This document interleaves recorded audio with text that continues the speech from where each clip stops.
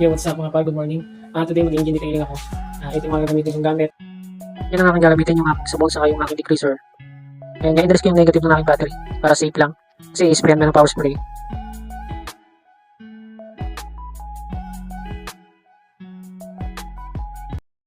Few moments later.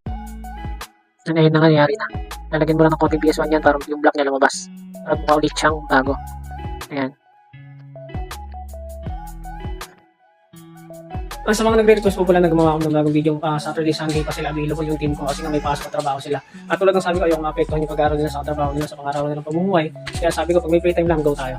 Yun lang naman.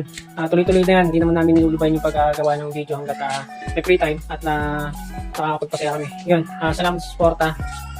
God bless po. Peace.